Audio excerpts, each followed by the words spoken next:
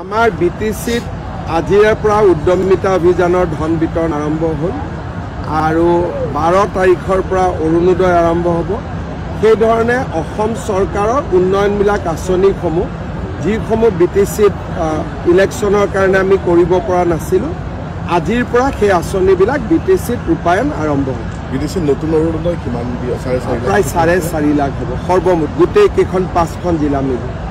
আমাৰ বিটিচিত আজিৰে পৰা উদ্যমিতা অভিযানৰ ধন বিতৰণ আৰম্ভ হ'ল আৰু 12 তাৰিখৰ পৰা অৰুণোদয় আৰম্ভ হ'ব।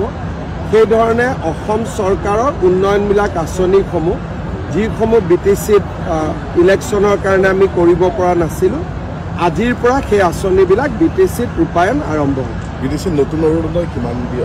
প্ৰায় 4.5 লাখ হ'ব সৰ্বমুঠ গোটেই কেইখন 5খন জিলা মিলি। আমাৰ বিটিচিত আজিৰে পৰা উদ্যমিতা অভিযানৰ ধন বিতৰণ আৰম্ভ হ'ল আৰু 12 তাৰিখৰ পৰা অৰুণোদয় আৰম্ভ হ'ব।